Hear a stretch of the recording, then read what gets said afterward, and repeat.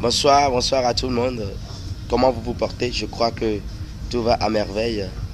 Que le nom du Seigneur soit avec vous.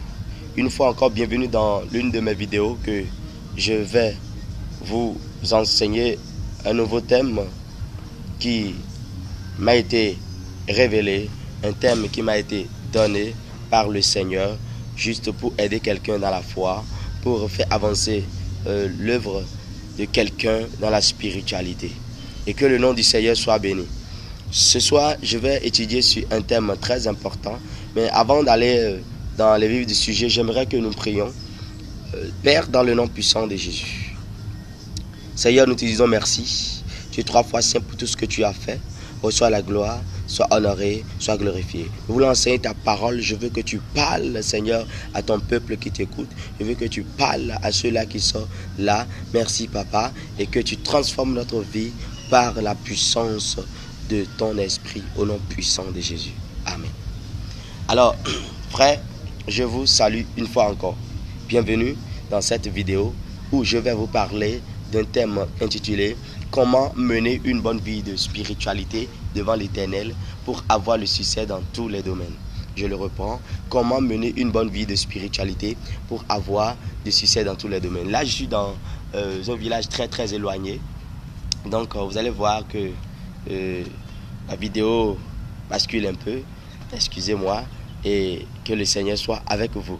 Alors, bien-aimés, comment nous pouvons mener une bonne vie de spiritualité devant l'Éternel pour avoir le succès dans tout ce que nous faisons? Nous allons lire la parole de Dieu dans le livre de Josué, chapitre 1, au verset 10. Écoutons la lecture. Moïse était le serviteur du Seigneur. Et Josué, fils de Nun, était son adjoint. Après la mort de Moïse, l'Éternel a dit à Josué, « Moïse, mon serviteur, est mort. Maintenant, c'est à toi de traverser le fleuve Jourdain avec tout le peuple d'Israël pour entrer dans le pays que je vous donne. Comme je l'ai promis à Moïse, je vous donne tout endroit où vous poserez les pieds. Votre territoire ira depuis le désert au sud jusqu'aux montagnes du Liban. Au nord, il s'éteindra de l'Euphrate. Le grand fleuve est l'est jusqu'à la mer Méditerranée. À l'ouest, à travers le pays du Hittite. Pendant toute ta vie, personne ne pourra te résister. Je serai avec toi comme j'ai été avec Moïse. Je te laisserai pas. Je ne t'abandonnerai pas. Sois fort et courageux. Oui, c'est toi qui donneras en partage à ce peuple le pays que j'ai promis à ses ancêtres. Sois fort et très courageux. Et force-toi d'obéir à toute la loi que mon serviteur Moïse t'a donnée. Ne t'éloigne jamais de cette loi. Alors tu réussiras dans tout ce que tu feras. Répète sans cesse les enseignements du livre de la loi. Redis-les dans ton cœur jour et nuit. Ainsi, tu t'efforceras d'obéir à tout ce qui est écrit. De cette façon, tu mèneras tes projets avec succès. Et ils réussiront. Je t'ai commandé d'être fort et courageux. Ne tremble pas. N'aie pas peur. Car moi, le Seigneur ton Dieu, je serai avec toi partout où tu iras. Alors, bien aimés, je vous remercie pour votre écoute de la lecture. Dans ce passage, dans ce texte, il y a assez de clés. Il y a assez de clés qui vont nous servir de mener une bonne vie de spiritualité devant le Seigneur, l'Éternel, notre Dieu. Parce que lorsque vous n'avez pas une bonne vie de spiritualité, lorsque vous n'êtes pas spirituel et que vous êtes charnel, la Bible dit que vous êtes éloigné de Dieu parce que Dieu est esprit et il ne peut que collaborer avec des esprits. Il est esprit et il ne peut que collaborer avec ceux-là qui sont spirituels. Alors, bien-aimés, quand nous parlons de la spiritualité, c'est quoi en fait la spiritualité? Parce que nous devons connaître ce qu'est la spiritualité et qui est le spirituel avant de mener cette vie à laquelle le Seigneur nous appelle. Alléluia. Alors, bien-aimés, aujourd'hui, beaucoup de chrétiens pensent que être spirituel, c'est Être spirituel, c'est avoir assez de dons. Ou un spirituel, c'est celui-là qui impose les mains aux aveugles et recouvre la vue. Ou c'est celui-là qui chasse les démons, qui guérit les malades. C'est-à-dire celui-là qui opère dans la démonstration de puissance de l'Esprit de Dieu, qui est spirituel. Pour beaucoup de personnes, c'est ça. Mais en réalité, quand nous allons à la lumière de la parole, Galates chapitre 6, verset 1er nous dit quelque chose. Il dit, si quelqu'un d'entre vous est surpris en quelque faute, que ceux qui sont spirituels le redressent d'un esprit de douceur. Que ceux qui sont spirituels. Là, il s'agit de deux catégories de personnes, de deux types de personnes. De ceux-là qui sont spirituels et après de celui-là qui est faible et qui vient de tomber, qui vient d'être surpris en faute. Comment nous pouvons appeler celui qui est surpris en faute? C'est celui-là qui est dans la chair. C'est celui-là qui est bébé spirituel. Mais les autres qui sont matures sont ceux-là que la Bible appelle les spirituels. Alors, qui sont les spirituels? Bien-aimés, la spiritualité ou encore la marche dans la spiritualité n'est que le fait de vivre selon le fruit de l'Esprit de Dieu. Galates nous le révèle. Il dit, nous allons lire le passage, parce qu'il faut que nous lisons le passage. Galates chapitre 5, le verset 22. Vous devez écouter la parole. Je viens avec le livre de Josué, mais d'abord je vais vous expliquer alors ce qu'est le spirituel et celui-là qui est le spirituel, d'accord? Et qu'est-ce que la spiritualité? Alléluia. Alors Galates chapitre 5. Galates chapitre 5. Vous m'excusez beaucoup. Galates chapitre 5. Je suis dans un village, je vous l'ai dit déjà, et vraiment, que le Seigneur vous bénisse. Alléluia. Galates chapitre 5, le verset 22. Ok. Au contraire, voici ce que l'Esprit Saint produit: l'amour, joie, paix, patience, bonté, service, confiance dans les autres, douceur, maîtrise de soi. La loi sûrement n'est pas contre ces choses. Alléluia. Ce qu'on vient de citer, ce sont la douceur, la joie, la patience, la bénité, la fidélité et autres, sont les caractéristiques du fruit de l'esprit, les constituants du fruit de l'esprit, les éléments du fruit de l'esprit. Alléluia. Ce sont les éléments du fruit de l'esprit. Et celui-là qui vit régulièrement, en permanence, selon ces éléments, est celui qu'on appelle le spirituel. Celui qui vit, qui mène sa vie en permanence dans la douceur, en permanence dans la joie, en permanence dans la fidélité, en permanence dans la foi, en permanence dans la confiance en soi, en permanence dans la maîtrise de soi et toutes les choses que vous connaissez, est celui-là qu'on appelle le spirituel. On peut dire de lui qu'il est mature, il a grandi dans le règne de l'esprit. Alors, il faut que nous enlevons de notre tête ceux-là qui manifestent l'onction et qu'on croit qu'ils sont spirituels. Beaucoup d'entre eux ne sont pas spirituels. Je ne suis pas contre l'onction, je ne suis pas contre la démonstration de puissance. Je le fais moi-même, d'ailleurs je l'aime assez. Moi je cultive assez l'onction, je démontre l'onction. Mais ce que je veux nous révéler, ne croyez pas que tous ceux qui démontrent l'onction sont spirituels. Ne considérez pas que tous ceux qui démontrent l'onction, d'accord, sont des spirituels. C'est ce que nous croyons aujourd'hui. Quand on voit que le Seigneur l'utilise puissamment, il délivre les âmes, il chasse les démons, il guérit les malades, on dit vraiment c'est un homme spirituel. Qui t'a dit ça? Qui t'a dit que c'est un homme spirituel? Va en profondeur, va voir son caractère dans son quartier, va voir son caractère envers sa femme, va voir son caractère dans son service et tu sauras qu'il est spirituel. Alléluia. Quand vous pratiquez, quand vous avez en permanence et que vous manifestez le fruit de l'esprit, alors on dira que vous êtes spirituel. Et la pratique de ces choses est ce que nous appelons la spiritualité. Lorsque tu es en train de mener une forme de vie qui est conforme aux éléments du fruit de l'esprit cité dans Galates 5, verset 22, on dira de toi, tu es en train de mener une vie de spiritualité. Alléluia. Alléluia. Alors, bien-aimés, n'oubliez pas, le thème de ce message est intitulé « Comment mener une bonne vie de spiritualité devant l'Éternel pour réussir dans tous ses projets ?» Alors, nous allons revenir au texte de Josué. Parce que beaucoup de personnes savent réciter ces éléments du fruit de l'esprit de Galate. Beaucoup de personnes savent ce que le Seigneur désire, ce que le Seigneur veut qu'ils fassent. Ils viennent à l'église, ils savent tout. C'est-à-dire la loi de Dieu est déjà imprimée dans leur cœur. Parce que la Bible dit qu'aujourd'hui, il n'y aura plus personne qui va enseigner la voix de Dieu à son frère. Quand la Bible dit de ça, d'accord, ça ne veut pas dire que vous n'avez pas besoin des enseignants. Non, ça veut dire que vous avez déjà la conscience de Dieu si vous croyez en Christ. Il y a déjà la conscience de Dieu qui vous flash les feux verts, qui vous flash les feux rouges. C'est-à-dire, la conscience du Christ habite en vous. Mais elle habite en nous. Mais est-ce que nous arrivons à mener cette vie de spiritualité que le Seigneur demande? Est-ce que nous arrivons à devenir matures?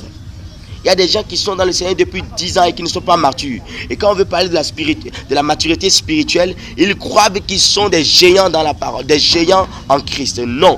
Tu peux faire 20 ans en Christ, tu peux faire 30 ans en Christ, et celui-là qui est venu, qui a fait à peine 3 ans, peut être plus élevé dans le règne de l'esprit que toi. Pourquoi? Parce qu'il mène sa vie selon ces éléments cités dans Galates 5, chapitre verset 22. Alléluia. Je parle en fait de la spiritualité. Alors, comment et quelles sont les clés que nous pouvons appliquer, d'accord, pour atteindre cette dimension, pour mener, pour avoir une bonne marche devant notre Seigneur? Alléluia. Premier point, je l'ai tiré dans le livre de Josué. La Bible dit, Moïse était le serviteur du Seigneur, et Josué, fils de Nun, était son adjoint. Là, nous prenons quoi? Nous prenons la vie de Josué. Parce que je reconnais et admettons que celui qui vient en Christ vient d'être né dans le royaume. Alors, il est un enfant. Et qu'est-ce que tu feras pour grandir, pour avoir une bonne vie de spiritualité? Là, on dit que Josué, donc je prends l'exemple de Josué pour schématiser cela. On dit que Josué est quoi? Est le serviteur, c'est-à-dire l'adjoint, le serviteur de Moïse. Bien-aimé, la première clé que tu dois appliquer, que tu dois connaître et appliquer pour pouvoir mener une bonne vie de spiritualité est ceci. Pour pouvoir marcher selon le fruit de l'esprit est ceci. Tu dois avoir un père spirituel ou encore celui-là qu'on appelle mentor. Est-ce que quelqu'un me comprend? Tu dois avoir le père spirituel ou ce qu'on appelle mentor. Le père spirituel, en fait, c'est celui-là qui était dans la chose avant nous et qui a pu progresser avec le Seigneur. Ce n'est pas celui-là qui est dans la chose mais qui n'a pas pu progresser. Non. Mais celui-là qui était avant nous et qui a pu progresser et qui continue de progresser avec le Seigneur. Celui-là, nous pouvons le considérer comme un père spirituel, c'est-à-dire un conducteur, un orientateur. Et celui-là peut nous aider à connaître le mystère du Christ. Paul avait un mentor quand il a confessé Jésus. C'était Barnabas qui le conduisait, qui lui montrait les voies à suivre. Alléluia. Vous devez avoir de paix spirituelle. Timothée en son temps l'avait. C'était Paul qui le conduisait, qui lui disait les choses à faire. Et ce faisant, quand vous avez le père spirituel, en fait, le père spirituel, vous essayez d'imiter sa vie de spiritualité. Comment il vit, comment il réagit, comment il raisonne dans le Seigneur. C'est pourquoi Paul dit dans 1 Corinthiens 11, le chapitre 1er, soyez mes imitateurs. Si toi tu es en Christ et tu n'imites personne, tu vas devenir chétif. Si tu es en Christ et tu n'imites personne, tu n'imites pas la vie de sainteté d'un homme qui a progressé avec le Seigneur, tu vas devenir chétif. Et tu risques même d'être rétrogradé et même de quitter la foi un jour. Alléluia. Est-ce que quelqu'un comprend ce que je dis? Alors donc, vous devez avoir un mentor ou encore un père spirituel qui va vous guider. Moi, je l'ai. Et je vais devant lui, je reçois des conseils. Il me dit, mon fils, fais ci, fais ça. Et je suis dans la grâce de Dieu. Et que ça soit ainsi pour toi. Deuxième chose que j'ai retiré de ce livre de Josué, parce qu'il y a certainement assez de clés que nous pouvons appliquer pour mener une bonne vie de spiritualité. Alors, je continue. Moïse, mon serviteur, est mort. Je suis au verset 22. Maintenant, c'est à toi de traverser le fleuve du Jourdain avec tout le peuple d'Israël pour entrer dans le pays que je vous donne. Comme je l'ai promis à Moïse, je vous donne tout endroit où vous poserez les pieds. Alléluia. Quand vous lisez bien jusqu'au verset 5, je vois, vous allez voir que là, Dieu est en train de parler à Moïse directement. Moïse est mort. Mais maintenant, Dieu a commencé par donner des instructions à Josué directement. Comment quelqu'un peut écouter Dieu s'il ne va pas devant la présence de Dieu? Comment quelqu'un peut écouter Dieu de telle manière s'il ne cultive pas la vie de prière? Alors c'est telle la deuxième clé que je veux donner à quelqu'un. Une deuxième clé pour mener une vie de spiritualité, c'est avoir une vie de prière constante, avoir une vie de prière efficace devant le Seigneur, c'est-à-dire la communion avec Dieu. Tu parles à Dieu, il te parle. Tu parles à Dieu, il te parle. Tu as un mentor, mais toi aussi, tu as une relation personnelle avec le Seigneur. Alléluia.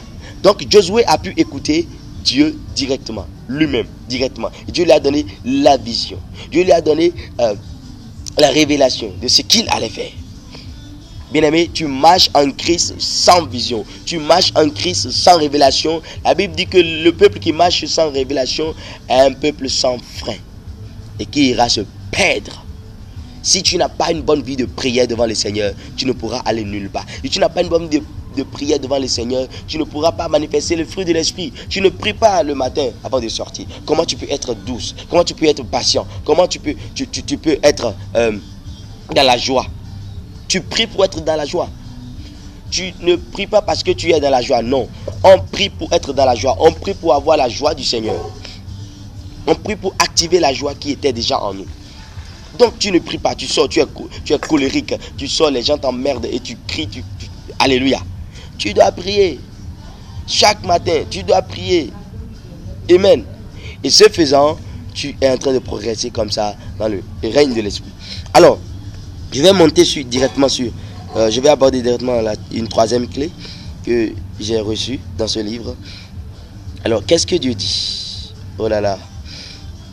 Dieu lui dit, juste au verset 7, Dieu lui dit, sois fort et très courageux, et force-toi d'obéir à toute loi que mon serviteur Moïse t'a donnée. Ne t'éloigne jamais de cette loi. Ne t'éloigne jamais de cette loi. D'accord? Alors tu réussiras dans tout ce que tu feras. Là, j'ai tiré de là quelque chose de très important que nous négligeons. La méditation de la parole de Dieu. Troisième clé, la méditation de la parole de Dieu. Je ne dis pas la lecture de la parole, mais la méditation de la parole de Dieu. Si tu es un homme de Dieu, si tu es un chrétien, que tu ne médites pas la parole, que tu n'as pas une vie de méditation de la parole de Dieu, tu ne pourras pas manifester le fruit de l'esprit. On ne peut pas sentir en toi les éléments du fruit de l'esprit. Tu dois méditer la parole de Dieu de façon quotidienne. Voilà pourquoi Dieu dit à Josué, répète ce livre de la loi. C'est-à-dire, médite. Méditer, c'est réfléchir constamment sur la pensée de Dieu. Méditer, c'est réfléchir constamment sur l'idée, la pensée de Dieu. Si tu n'as pas la pensée de Dieu, tu auras à manifester bien que les pensées de la chair. Les pensées de la chair sont les pensées du diable. Et que le Seigneur nous bénisse. Donc là, alors pour mener une vie de spiritualité, une bonne vie de spiritualité, vous devez vous attacher à la méditation de la parole de Dieu.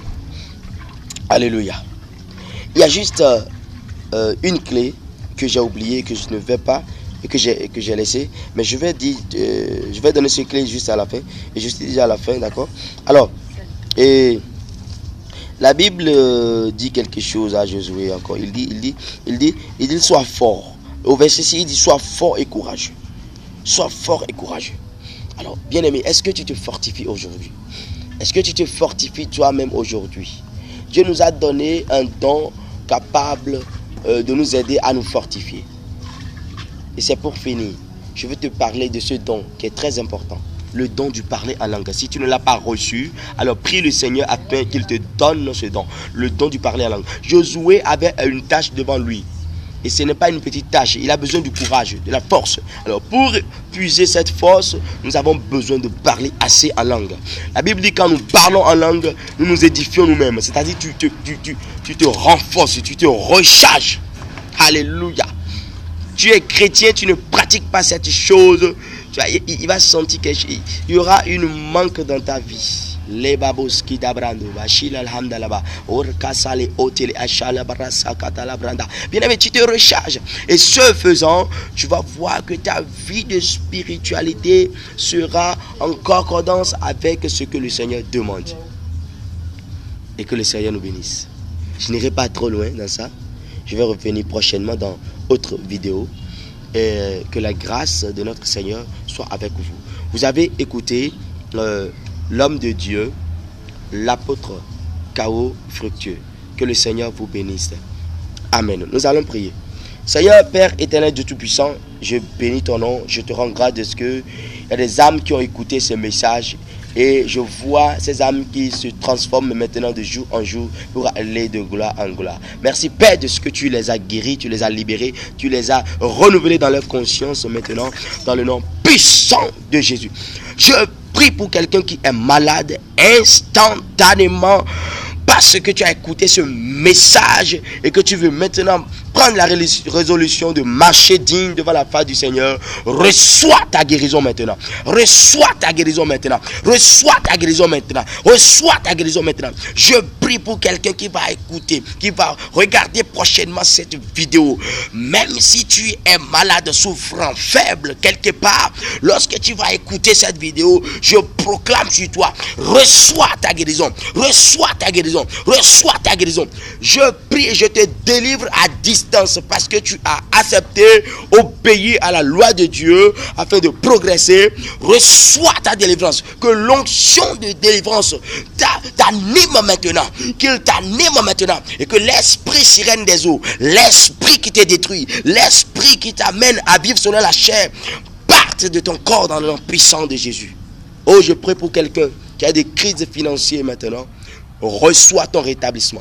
Que le Seigneur te rétablisse maintenant. Je prie pour tous les hommes de Dieu. Tous les hommes de Dieu au Bénin. Je prie maintenant que le Seigneur les amène encore dans une autre dimension très profonde. Afin que l'église que nous allons observer dans les années à venir soit une église de puissance. Merci Papa Yahweh. Reçois ta gloire. Sois digne d'être honoré. Et que le nom du Seigneur soit béni. Merci Seigneur. Dans le nom puissant de Jésus, j'ai prié. Avec action de grâce. Si tu veux me contacter, prends mon numéro. Je suis sur le 00229 62 70 96 54. 00229 62 70 96 54. Tu peux m'écrire dans mon adresse mail pasteurko@gmail.com. Pasteur K.O. K.O. c'est K-A-H-O. Ok? K-A-H-O, d'accord, pasteur K.O. c'est collé, @gmail.com. Je suis là pour prier pour vous et que le nom du Seigneur soit béni. Amen.